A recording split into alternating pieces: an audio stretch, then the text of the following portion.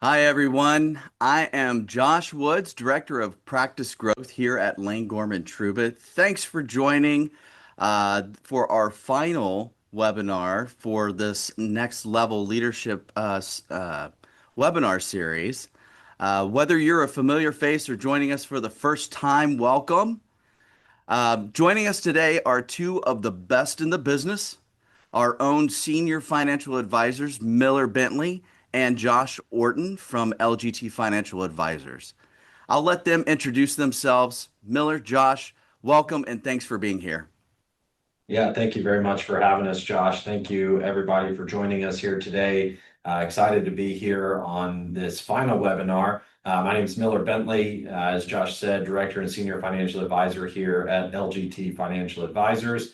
I've been in the industry for a little over a decade now, and really happy to be here talking to you all today, talking through legacy planning, succession planning, and starting that discussion, and especially timely manner now, kind of that middle of the year here, about to gear up for back to school for some folks. And so really excited to be here. Josh?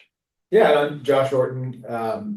Been with Lane Gorman Trubitt here for about 3 years, but about 15 years in the wealth management industry overall. Super excited to be talking today with Miller and getting to connect with everybody. The topic of legacy planning is actually something that I know Miller and I are both very excited to be talking about, and something that we're very passionate about. It's honestly a topic that we discuss with our clients and clients of LGT pretty frequently about. Us coming from the wealth management industry, you can imagine a lot of the conversations we have revolve around retirement and kind of that next phase of life. What does that look like? So we walk our clients through those discussions and help them kind of shape that future. But yeah, super excited to be talking with y'all. Looking forward to the discussion. Yeah, thanks so much. I appreciate it, guys. And you're right. This was such a timely topic for us. And I know that when we were starting to plan out this webinar, this was a great, way to kind of, get that mid-year check, with folks and really kind of talk through a lot of these things that may or may not know about, and, that we can kind of enlighten them a little bit. So, with that said, let's go ahead and start, and set the foundation, especially with the phrase right from the title of today's session, since it, tends to mean something a little different depending on who you ask. When we talk about building and protecting your legacy, what does that mean from a personal wealth management perspective for you guys? Yeah, actually, when we ask our clients this question, rarely do we get an answer that is, clear or succinct. I like to say it's almost a philosophical question, but really your legacy, we should start there. Define what is your legacy. It can be whatever you want it to be. It could be anything. I would encourage people to be very intentional with what you want your goals to be, what you want your future to look like, what outcomes you're hoping to create, both for you personally, but also your family. When we talk about legacy, that kind of inherently involves something beyond yourself. You think your community, your immediate family, even those beyond your immediate family. But encourage people to be very intentional and specific with that. No plan has ever worked that's not written down somewhere. No one's ever kind of fallen into success in this regard. So it's something I'd encourage you to write down, a kind of a written financial plan or exit plan if you're an owner. But I'd also write down a written personal plan. What are you going to be spending your time doing? Who are you going to be with? Where are you going to be? These are all really important questions. In my area, I help a lot of business owners with exiting. And when I ask this question, I get everything from, I want to spend time in Colorado. We have a house in Colorado. I rarely get to go there. It's okay. When you're there, what are you going to do? I'm going to go skiing.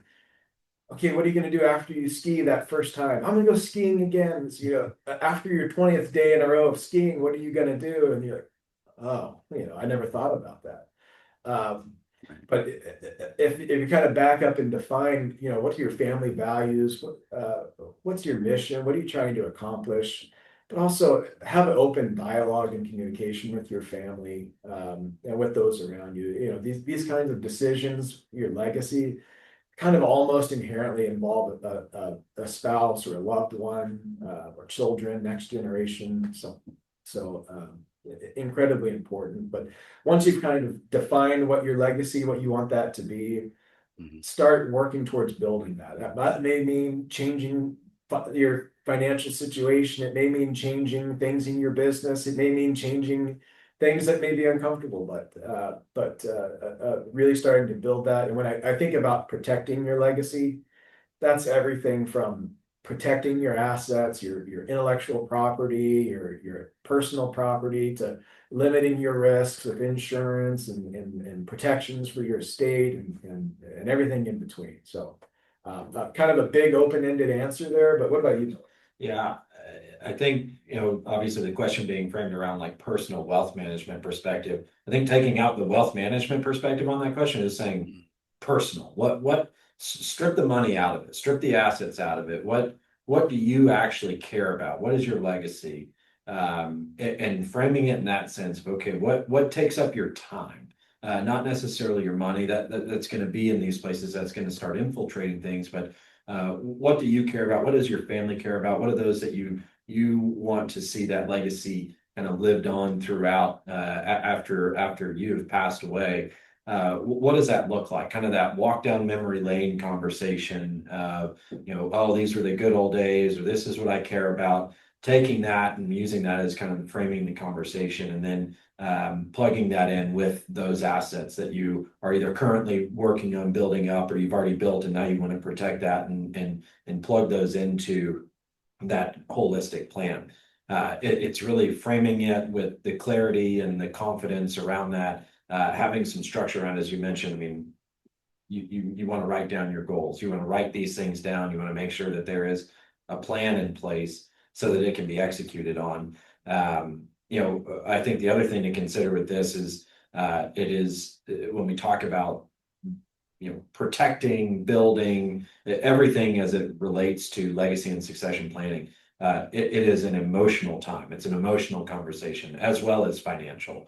So that's something that it's not, we harp on this a lot because it's not just a willy-nilly decision of, okay, hey, like, am I going to fill up my gas tank today or tomorrow? These are some decisions that have to be made, that have to be thoughtful.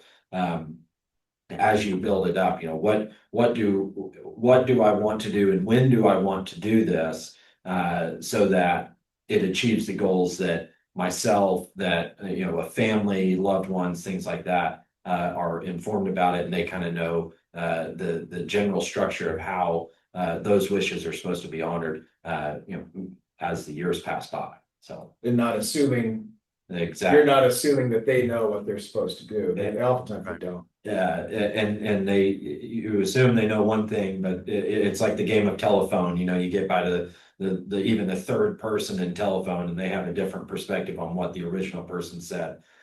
So just being able to draft that out, being as specific and as intentional as possible, and then having those conversations as well while you still can, so that even more clarity is brought to those concepts. Right.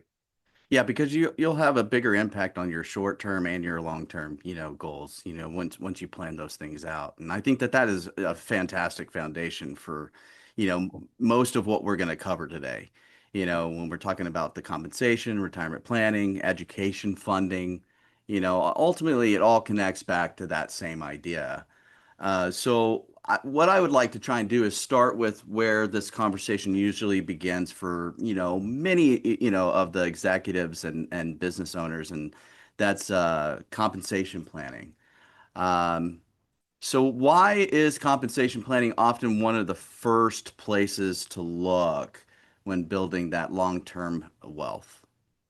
Yeah, it goes hand in hand. I Hmm. mean, comp, that's how you're paid. That's how you are divvying up your money between spending and saving. And so that is the first place to look. And that's really where we start as well. When you take that holistic look at things and say, okay, where is this money coming from? Why is this the right time to do that?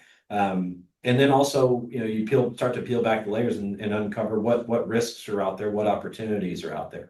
When you look at business owners, you look at also executives, that compensation isn't just a base salary. I mean, that's usually a sliver or a portion of overall compensation. There's stock options, there's deferred compensation, there's profit sharing, retirement contribution. There's all these different benefits and things that are built into compensation. So starting there and understanding where is that compensation coming from? What form of compensation is that in? And being able to answer the questions around what is my taxability? What's my tax liability on this? And when does that actually happen?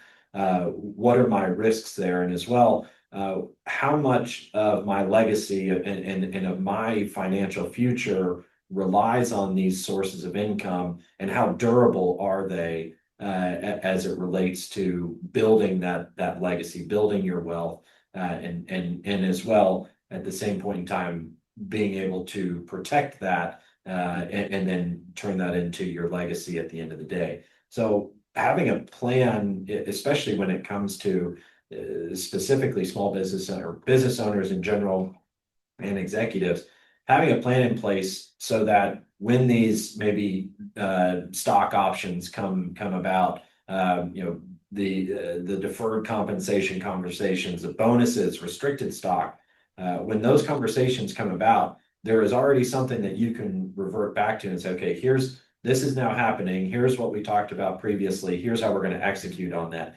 That takes a lot of the emotions out of it. When we look at executives and we have those conversations, some of the times they come back and say, well, that means I'm not loyal to my company if I do things like that. If I were to sell my stock options right when they vest or when they're available to do that, or maybe I'm not utilizing their stock within my retirement plan.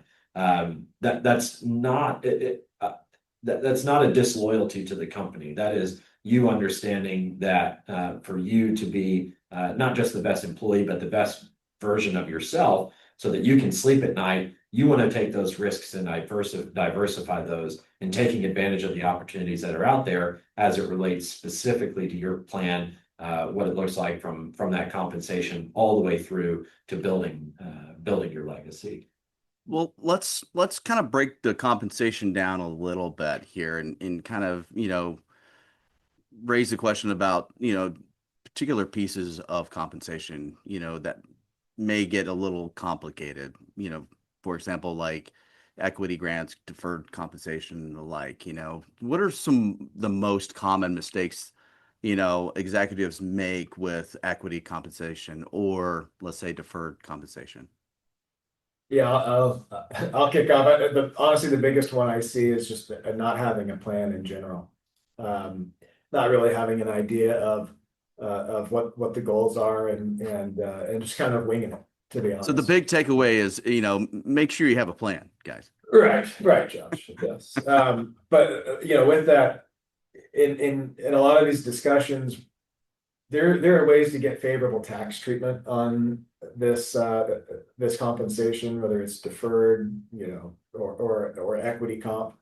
There is a myriad of ways to get to favorable tax treatment. I think we run into clients all the time. I have one in my mind right now. Selling shares as soon as possible. We talked about a mistake. Well, yeah, if you view your stock options as, or RSUs as, hey, that's my compensation for the year. I make X amount of money. All it takes is 1 year where one quarter your company doesn't do so well, and all of a sudden your income's gone down. Equity is such a powerful way. I don't have to explain this to the audience, but equity is such a powerful way to build wealth. Equity in your company, even and especially if you're a business owner. But yeah, the individuals that are sort of counting on that compensation, that equity as part of their normal compensation, that's kind of a big one here for some of those mistakes. I'd also say when it comes to deferred compensation, these are conversations that Miller and I love to have, because we get to map out, kind of scope out the future and show people what the impact would be on a lot of these different options for selecting your deferred comp payouts. Starting someplace and saying like, well, deferred comp, option C looks good. What is that? 15 years in the future after I leave the company? Whatever, sure, sounds good. What if you leave the company when you're 65 and your deferred comp, Yeah. 80? Luckily, no one's ever been in that bad a spot. But yeah, having the correct payout option for that deferred compensation. So, Josh, you hit the nail on the head. Having a plan, but not updating the plan is just as big of an issue. Life changes, your position in the company may change. You may start accumulating more and more wealth, both inside or perhaps outside the company. You accumulate too much employer stock. Now you kind of got that concentration issue where, all right, the balance sheet of the company is now the balance sheet of you, and pull back in your particular industry, your niche. That could be a pullback in your life, not just your business. So yeah, what about you? Yeah, I mean, I think it's tough. It's hard to call it a mistake, but a conversation is a little bit more warranted. Where executives of publicly traded companies, when they have these, it's like kind of goes back to the loyalty conversation of like, if I sell these, it shows that I'm disloyal, but also the information that executives of publicly traded companies have sometimes. There's rules around when they can sell those. There's different time windows, things like that, that we have to be cognizant of and should be cognizant of moving forward, as far as making sure you're within those windows, you're compliant with it, and also it's relating directly back to your own plan, so that you're kind of tying everything together with a nice bow of taxes and compensation, liquidity of what you need now, cash flow of what you need now, and then meeting those long-term savings goals as well, and kind of putting that all into picture and then executing on that plan. So that's another kind of piece of the puzzle when it comes to it. Just some of those rules around executives. Does a lot of this kind of like, tie into, maybe there's families or people that are concentrating their wealth, tied to that like one company, especially Yes. when it's that company is like their source of their income. I'm assuming that's what you guys are. That's exactly what it ties back into. I mean, you look at it and you could have, call it one executive, one employee that has their biweekly direct deposit to their checking account comes from that company. Their retirement plan is invested entirely in that company's stock. They have these potentially incentive stock options or restricted stock units that are in the company stock as well. You have your benefits packages through the company that it covers your entire family. So as Josh said, it's like all these things start overlapping very quickly here. And so that is a huge risk when it comes to being too concentrated. Again, it's all warranted. A conversation is warranted for that. It's not necessarily something that is the dramatic downfall. And okay, if all these things are checked, you are in a bad place. It's worth the conversation. If you believe in the company, making sure that it all aligns with your long-term goals as well as your short-term goals, and making sense of it. And a lot of it, the education has evolved and become better over the years when it comes to compensation, especially tied to executives, when it comes to stock units, stock options, things like that. There is much better education out there, but it's still warranted to work, with someone, a professional who's done this, who's seen these, especially sometimes there's advisors that are specific, they just tailor specifically to these larger corporations. And so they kind of understand what it takes for their, for their executives. So again, I think it's just warranted. Hey, if you're even a little bit outside of your scope, I mean, it's few and far between that someone really has a grasp and everything on their own of what it takes and what their tax projections are going to look like in, call it 15 years. So working with someone who is a professional in that field can help you save from those mistakes, and as well as identifying those opportunities where those risks are, not just for you specifically, but again, as we're talking about today, your legacy and your succession planning, making sure that next generation, whether it be the next generation or your surviving spouse, surviving partner, whoever it might be, that's all coordinated and tied together. But Yeah, maybe I'll run through maybe a quick little fun scenario. I want I'm glad everybody. you're going to do that because I was sitting there going, is there options for people? Is there something that they can kind of like take away from like, if they're in this type of situation that you Yeah, can give well, away? yeah. So put yourself in the situation kind of Elon Musk, but maybe take Mm. away a zero or two at the end of I wish. your net worth. Yeah, he just had a company go public. And I imagine he only, we're only talking about SpaceX. Everything else aside, we talk about risk and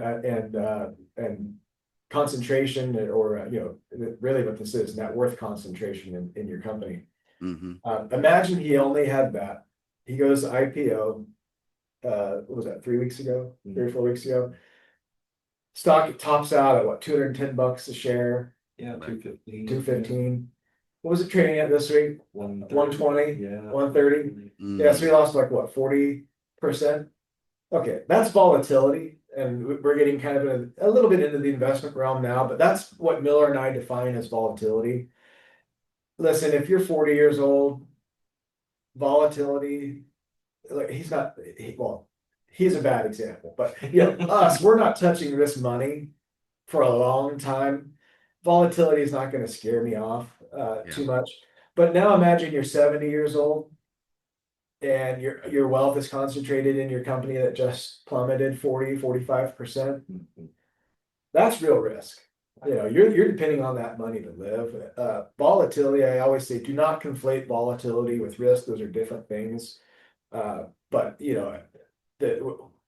having that much of your wealth concentrated in one company, the risks on the balance sheet are the risks of the personal net worth statement for you and your family.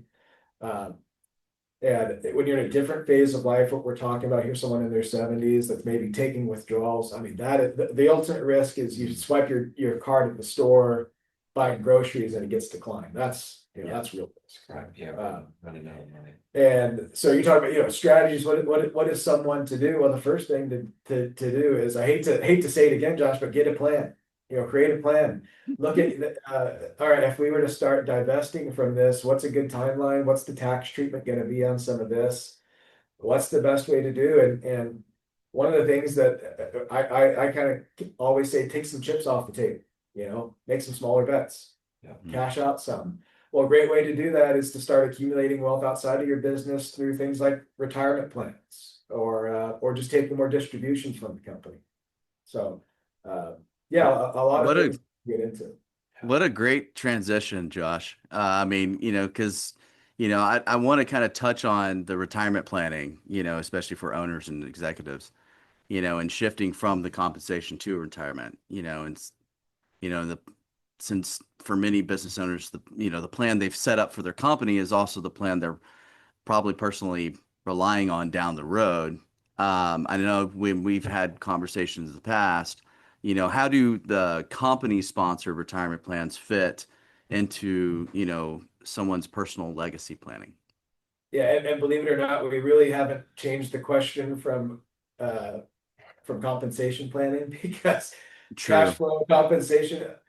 I kind of back it up when I'm having these conversations of saying, we're still in the realm of compensation here. There's more than wages. There's distributions from your company.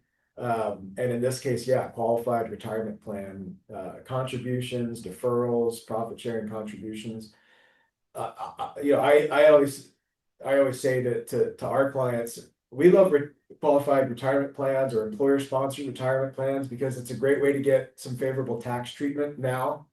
Get a deduction. I'm gonna assume everybody here is making money, and potentially some favorable tax treatment down the road too. It's also kind of a savings mechanism, and at times a forced savings mechanism. How many times have people said, "Yeah, I'm going to do that," 5 years later, I meant to do that, so kind of automating some of that cash flow into those retirement buckets. But anytime money is flowing into these retirement plans, really I look at it as money leaving the balance sheet of the company and landing on the personal net worth statement of the owner. And so that is a way of removing chips from the table gradually over time, but something that's with the favorable tax treatment can be really powerful. Why I really like it is, as people are considering an exit or a succession in their business, an exit is a good example. I don't think most people are that comfortable or that knowledgeable with the amount that they are going to receive on a net basis from a transition. So an after-tax basis. I may want $50 million when I exit my company. Mm-hmm. How much of that is actually going to land in my bank account? Right. And having some, you're going to get a net amount after taxes in the bank account, or you may get it all. Have to earmark some for taxes later on. But being really tax efficient with retirement, it can and is a really powerful tool. It also opens the door later on down the road for those that are charitably minded to make qualified charitable distributions and just continue that tax efficiency all the way through retirement. Yeah, I mean, from a really basic level as well, you look at a company sponsored retirement plan versus just doing it on your own. Just the limits there in general, and it's not saying that every fresh out of college or new to the workforce individual is going to be able to defer the maximum amount. But when you look at just from the very basics of someone being able to defer $24,500 out of their taxes and put that straight into a retirement account versus an IRA, maximum there being $7,500. It's like, Right. Okay, there's a lot more power in the savings, as well as then you look at the design of the retirement plan. Is there some type of matching incentive involved? Is there a profit sharing piece of it that the company is going to be providing to it? So a lot of people talk about that free money, and it's not free money in quotes. It is actual free money from the company that, obviously depending on the plan design, that comes into play there. And so it makes that company sponsored retirement plan that much more powerful of a savings tool. And again, at the end of the day, it comes back to that conversation, and it's not just saving money. It's not just how much can I just sock away here in this account, for however long of a duration is. Mm-hmm. That's where the real art and science converge within that personal wealth management, and saying, okay, how much should I actually, based on obviously facts right now, but then using some pretty good analysis, understanding what that can look like in the future, and then what you feel like you should be spending in the future. Not everyone's going to be spending the same amount in retirement. And so it's trying to strike that balance as early as possible, really, within your career, within those earning years, those working years of building up your legacy, so that when it does come to that retirement time, you can actually take that whole legacy plan that was kind of out in the ether for a long time and put that into practice and actually live it out, and enjoy the retirement of those non-working years, because you've done that, made those decisions specifically and strategically early on in your career as well. Speaking of plans and things like that, I know that there's one that I don't know if you guys touched on this or not, but it's the cash balance plan. What is a cash balance plan, to be honest with you? Is it something that could be attractive for, business owners or even highly compensated, people, high net wealth people? Yes. Yeah. So that's a great question. Something that we, just working with business owners in our line of work, it comes up, I'll say a fair amount. Yeah. I'll start with the cash balance. It's kind of, if you're kind of walking through the buffet, these kind of stack onto each other here. So you'd really start with your 401k plan, your defined contribution plan. that everyone is probably familiar with. You put money, you can defer it out of your paycheck. You can also, obviously now for some plans, do a Roth portion of that, but that's your company sponsored defined contribution plan. A cash balance plan is something that is more of a defined benefit pension plan in a sense. Essentially, it's a plan where the benefits calculated using the contribution credits and earning credits as well. It requires actuarial oversight, but it's really applicable for those that are earning that, kind of those higher dollar amounts that have a steady cash flow. That I think that's another big point of emphasis. The volatile cash flow, it makes it a little bit more challenging to implement and function efficiently a cash balance plan in the long term. But it is the opportunity for these highly compensated individuals, business owners, somewhat small business owners as well, to be able to defer more of their compensation. They're not being taxed on it when they're in those high income tax brackets now, being able to defer that out. As we already talked about, the overall limits and the overall limits for the 401k, this is then in addition to those. And so it is a really powerful savings tool that can be utilized and implemented, but with the caveat and understanding that it's more oversight than a traditional 401k. It's much more oversight than a retirement plan like a simple IRA or a SEP IRA as well. There is some professionals that have to be brought into this, because when you look at them from just purely from a compliance standpoint as well, you want to make sure that you're standing in line. The penalties for these can be pretty severe down the road, so you want to make sure you're staying within the guidelines there. But being able to defer up to about $290,000 in income this year is really attractive for some folks, and it's something that's also feasible for them as well.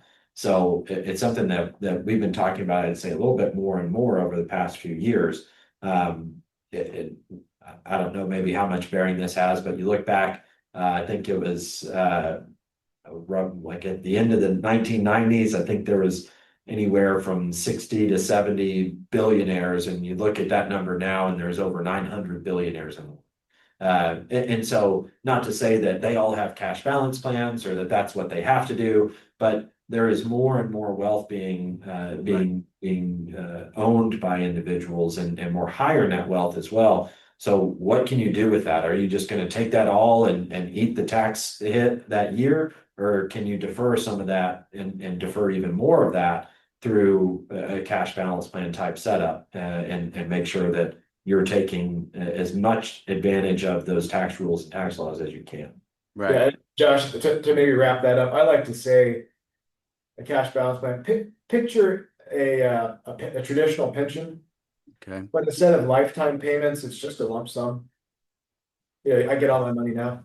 As a business owner, that's more attractive usually. Yeah. They want a little bit more control. And so that's the best way that I phrase it. But the amount that you can contribute, by the way, increases as you get older. That's just the formula that's built in. So it inherently favors older employees. So think about, let's be honest, most owners, they're not at year one, let's start my 401k plan. It is something that is put off until the business has more stable cash flow. That's understandable. And by the way, that makes sense. Your highest performing asset should be your business. But as you get older and you find yourself wondering, am I a little bit behind in retirement planning? This is a great way to catch up. Yeah. So, with that being said, is there anything that business owners should understand before they, should adopt, a retirement plan?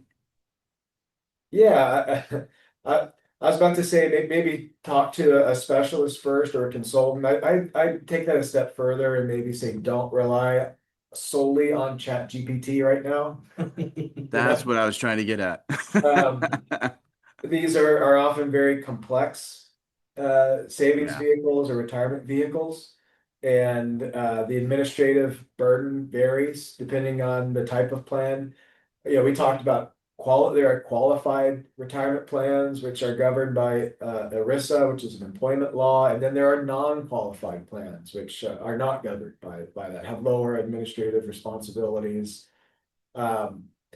Listen, the world just in this respect just varies too much to kind of go it alone. It is worth your time and your money to talk to someone that is a specialist in this area. I would not consider just what's the most amount of money I can stash away and get the biggest, deduction this year, but also what is the duties and responsibilities, and who do those fall on? Is that going to fall on me, or can I offload some of that to a custodian or to an actuary or to some plan administrator, whoever? There's tax reporting that needs to be done. There are custodians that offer prototype plans versus you going and creating your own plan. So there's just some nuance to this, and like I said, it is worth your time to ask. Yeah, absolutely. Ask, get more information. At the end of the day, as well, you have to understand you're not, while obviously business owners have the autonomy here to an extent, you're not just saving for yourself at this point, you're usually covering employees as well. So you have to be a steward of that as well, and understanding that you're working in their best interest at this point. So as Josh mentioned, with the qualified plans, there's fiduciary standards that have to be that are in place as well. So you have to make sure that you're falling in line with not just those compliance rules, but everything that governs that as well. And so you're working in kind of the prudent way there, not just for yourself anymore. So taking those steps to consider, hey, if this is outside of my wheelhouse even a little bit here, you essentially have to hire someone out to do that. Maybe it is just for setting it up. You get your wheels under you, and then you can run it yourself. Okay, fine. But understanding what options are out there, because they range, and there's a reason for that, because there is usually one or two that are a good fit. But then also, hey, are you going to scale your business? Is it going to grow? Are you going to go from 50 employees to 200 in a year or 2 years? Is this going to be a good fit for the long term? What's the cost benefit analysis there as well? Because again, it's taking that conversation from, okay, what am I saving for myself, to this is a plan for me and all of these employees and other owners and things like that. Yeah, I love that. Take care of the people that are going to actually help you build your wealth as well. Right. Right. Yeah, absolutely. Well, let's go ahead and switch gears a little bit and turn the topic, that kind of touches nearly every family probably on this call. Hopefully, if you've got a family, planning for the next generation's education.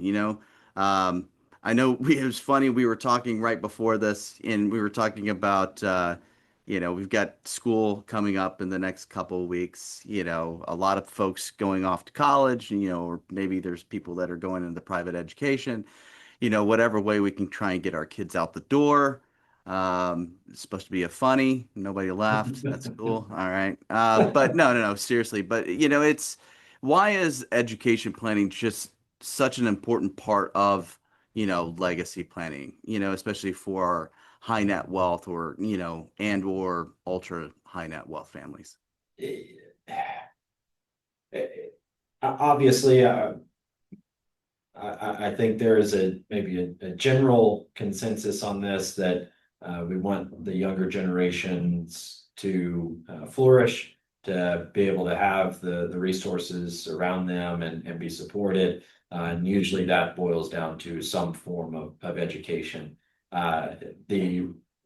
Really, when it comes down to education, when we think about it with families, it's not just, okay, let's save for this and hopefully they'll go to school or whatnot. It really becomes an intentional kind of process, and a very intentional kind of workflow with these families to understand, like, why are you even doing this? Why do you care about the education for your kids, maybe the grandkids, maybe it's extended family?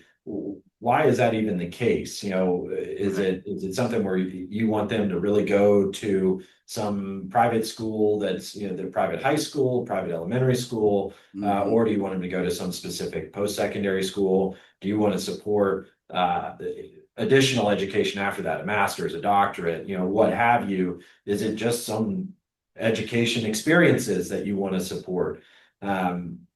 I'll say over the past decade, the education accounts, the types of savings vehicles that are used for education, the one that we usually utilize that's kind of risen to the top is the 529 plan. You usually hear about those exclusively now as being kind of the vehicle to use for savings. And we're a proponent of that. It is the low-hanging fruit, and it is a good one to use. You're able to fund those specifically for one beneficiary. There's flexibility now with being able to change those beneficiaries. But it takes a conversation, before just saying, click, open this account, let's fund it, and put money in there for every, Christmas or whatever holiday and birthday, and if you get a bonus. But it's how you're actually going to be supporting those individuals. There's families that having this coordinated and supporting that is really crucial to how they operate, and it's part of their legacy. I mean, we've dealt with families before where it might be a family business, and there's actually rules around it where they have, the next generation has to have a certain education from a certain institution, from reaching a certain level, having however many years of work experience before they even can start to even think about working in the family business. And so you get from that level to just hey, we want to fund this, and hopefully it lasts them for a year. And so it really is crucial as well. And you look at the cost of education. Cost of education is not going down. It is rapidly rising. It's outpacing inflation dramatically over the past decade and 2 decades, really.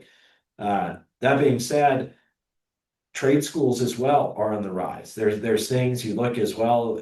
We talk about it in essentially every context of the word, but artificial intelligence, where is that going? What's the job market going to look like that education supports, or is there an alternative route here? And so I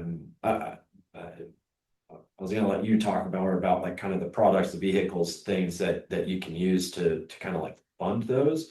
But again, it's warranted to have the conversation if you're truly are dealing with either a large family, or B, just a large amount of wealth, understanding what the overall thesis is for really helping with education. Because most of the time, I mean, you're not going to be funding your own education. You're helping someone else at this point in a dramatic fashion. Yeah.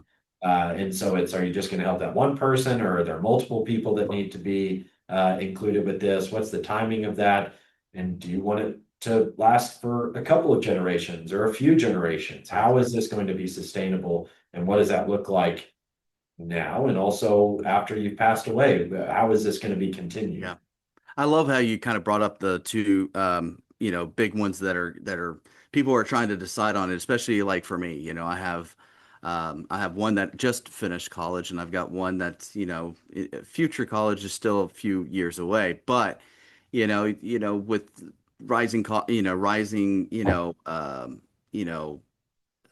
AI, type of jobs that are out there that may be taking on, other, positions, and other people trying to figure out where they should go, like, whether it is trade schools and things like that, which I was highly encouraging my oldest to try and do. He had different plans, but that's okay, to each his own.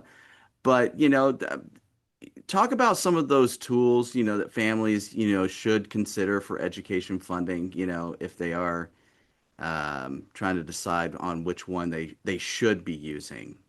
Do you mean to Outside, say and like outside of like after they've kind of come up with their plan, yeah, we're going to do this. We're going to fund our family. We're going to, fund our family's education. What are some of those main tools that they may need to consider? Yeah, Josh, you just brought up, kids don't always listen to their parents, do they? No, they don't. No, honestly, in our dealings, with our clients. Education planning and funding. This is really the first tangible piece of legacy planning that someone can do. You can have a well-crafted succession plan in place for your business, but you're not opening the filing cabinet and blowing the dust off and like, wow, what a great succession plan I have. Put that back, I'll look tomorrow. But you can log into your app and you can see your kids' education. You can see that growing. It feels good. It feels like you're making progress. Sure. Uh, there's links that you can send family. Please contribute to my kids' college. No one says, please look at my awesomely built succession plan. So this is a really tangible way to think about legacy planning, and so a lot of younger families too. This is a great place to look at. And we talked, or Miller talked about 529s. There's we live in Texas. There's a new money this year. Yeah. TFID accounts, Texas Education Freedom accounts. But basically, here's a lump sum of money for you to go out and go to a private school, basically. We have walked through clients signing up for that. All right, what school are you going to? Always local, something local. We have a ton of clients here in Dallas. So getting access to those tools, that's not college savings. That's free money. You are already going to that school. You qualified for this money. Go ahead and get it. So those are there. We have a ton of people asking us about Trump accounts this year. Those are what, 3 weeks old now? July 4th, July 5th is when they were funded. Yeah. Yeah, and that's not necessarily for college, but that's something. If you have young kids that's out there, you think about legacy. But yeah, we're fortunate enough that usually, I really like the good old fashioned brokerage accounts. There are advantages to those. Getting qualified tax treatment, paying lower than on your wages typically for that source of income. So any sort of those type of accounts or custodial accounts for minors here in Texas, we have UTMA, Uniform Transfers to Minors Act, Uniform Gift to Minors Act. But think about liquidity that's available, the cash value within life insurance. That's still something that we see. Business owners may have a funded life insurance policy for a decade or two, and now they're thinking about pulling money out. There are withdrawal carve outs for certain types of retirement accounts within limitations. You can pull out a certain amount for education, and then of course, scholarships and grants. I mean, how we read every year how much money goes, almost unclaimed. Please, someone apply for our scholarship. We really want to give money away to the next generation. So having kids that are tapped into that, or parents that are tapped into that. We talked about legacy, how this all plays in together. There's a definite closeness and the alumni and kind of community involved with parents and the school that they went to. Oftentimes that there are connections to be made, and that's really important. Anything to add to that list? We can touch on education trusts or even dynasty trusts that they're obviously they require more decisions, more oversight, bringing in a trustee, but with that obviously comes a little bit more cost as well. So Yeah. It's easy to use those 529s, but obviously the conversation then comes, well, how much should we put in there and whatnot. So Well, let's touch on the 529s a little bit more, because I think it is timely, since the rules, have recently changed around, what happens when that 529 has money left over. How should, families think about overfunding education accounts, especially now that unused 529 funds may have more, flexibility. Right. I think so. It's worth the conversation. Families should still evaluate the education kind of the needs, the number of beneficiaries. It's pretty clear. You can understand how many kids you have, so how many are you planning for? But the variables come into play of, okay, did you just start thinking about this and they're 16 years old and they're maybe going to school, their post-secondary education starting in a couple of years as well. So what does that look like? But the flexibility comes into play as far as you are now able to the kind of an expanded list of who you can actually transfer that money or the account specifically to. So broad list of beneficiaries that can be transferred to. So that's obviously a big one. The other big one that just opened up fairly recently is being able to take the unused 529 money and convert that over to a Roth IRA. So taking that from education specific and then transferring it over to a more retirement specific account. There's some rules and stipulations around that as well, but being able to do right now, it's $35,000. So if you overfund or, end up with that much money left over, there are still some options there that you have. And so we still very much rely on those. And, there's ways that you can, obviously math things out to understand what that's going to look like in 5, 10, 18 years, so that you're not just so overfunded. The things I say really can't control, obviously, is this child even going to go to college? Is it going to be, where they're primarily used for? Are they, really going to seek out maybe a doctorate as well? That's going to be, you can go from overfunded to severely underfunded, just given the level of education.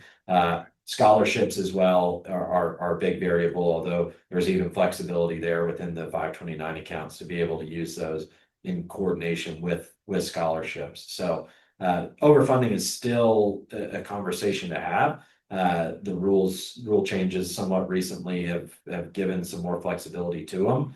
But again, as Josh alluded to, I mean, being able to save for education, that is a very tangible and real time legacy that's being lived out. And for some folks, I mean, that is essentially, you can see the fruits of your labor within 20 years. I mean, that's something that's pretty tangible, similar to retirement savings. You're going to see that live through. So it's not something where, we talk about, hey, if you do this now, it'll happen after you pass away. These are things that can happen while you're still living. So it kind of gives you the warm and fuzzies around it. Now, are there you talked about the 529 funds into a Roth IRA, the kind of new changes that have happened. I mean, and the 35,000 lifetime cap, is there stipulations on, when you can be able to kind of use that? I think I read something somewhere that you had to have a plan open for a certain amount of time. Yeah, so the rules now are they have to be open for 15 years, and the maximums still apply for the Roth. So while the lifetime is 35,000, you can only do up to the maximum per year in conversion. So right now it'd take about 4.5 years to get all 35,000 out of the 529 and put into the Roth IRA. So there's definitely some stipulations there that have to be, which I would say is somewhat common with most retirement accounts. There's a lot of different nuanced rules to be aware of. So again, just making sure you're aware of all those things. And I think the broader conversation is just around, what are we doing this for, and how can we make it happen? Yeah. That's awesome. I mean, really great information, especially, now that I'm actually trying to plan for my next one coming up. Really good information, and I appreciate that. And I know that we've covered a lot today, and we're coming up on time here. I always like to ask this question, to folks is, from, if the audience remembers one thing from today's conversation, what should it be? What should they take home? I think I'm just going to answer the one that's in our Q&A here. Someone asked. I was going to say, oh, that's a good one. Yeah. At what age should someone start planning? Yeah, so a great question. At what age? If you're looking for a number here, unfortunately, I can't give you one. It's a little bit more nuanced than that. There's a point in time with your life where legacy will become extremely important to you. It will really start consuming your mind. What should I do? That's the point where you should probably go, I'm probably starting maybe just a hair late. Um, Always start, a half a step before you think you need to. And we're in a fortunate position. We've talked a lot. You're right, Josh. We've talked a lot. Education, we just talked through. We talked about retirement plan. We talked about a lot. All of those can be done in a little silo without you having to zoom out and think about what does this mean for my life and my legacy. There's a lot of tiny steps you take along the way that are in line with what you value and what your family is going to be able to realize in the future. And so I'd encourage people, take those steps, talk to consultants or advisors as you need them, get a second opinion until you feel really, really comfortable with where you're heading. And then when you're at that time when you're going, all right, now is the moment where we start making some decisions about what happens next. I want you to feel confident, like, hey, most of the work's already done. Mhm. Now it's just time to put a bow on a lot of this and put a lot of this to bed now. Right. Yeah, it's one of those things where most of the time, wealth is built or also deteriorates, not necessarily through one big poor or great decision. Usually it's a series of events. So we want those series of decisions to be very coordinated and very positively moving. And so again, like Josh said, kind of tying everything up with a bow, and it's things that as you work through these different silos of wealth management and planning, and okay, we're looking at comp, we're looking at 529s, and we're looking at retirement savings, all these different things, they're all intertwined. And so being able to kind of tackle those in silos, but make those coordinated decisions is ultimately what is going to lead to that success. And then again, starting before these things happen, if you know that there's a vesting coming up, or if hey, we're planning to have our first child, or there's a grandchild on the way, or the good things and the bad things as well that come with life. Thinking about those things, at bare minimum, thinking about those things before they happen, and then actually getting it written down, having it in place, is really where those decisions start to magnify in a positive manner, and it can ultimately help the legacy of the wealth legacy that you leave behind be that much more powerful. Yeah. What's our big takeaway? Plan, plan, plan. Those who fail to plan, those who fail to plan to fail. Plan to fail. That's awesome.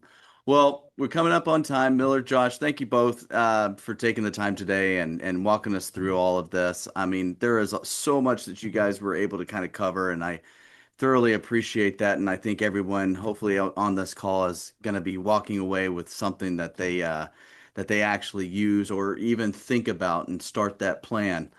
For those of you listening who'd like to keep learning or want to talk through your own situation, you can follow our LGT Financial Advisors on LinkedIn. They do have a LinkedIn out there with some great information. And you can also find more about them at lgt-fa.com. Thanks again for joining us today, and we will see you at our next level leadership webinar series. Thanks for joining. Appreciate it. Thanks, Miller. Thanks, Josh. Yeah, thanks, Thank Josh. you.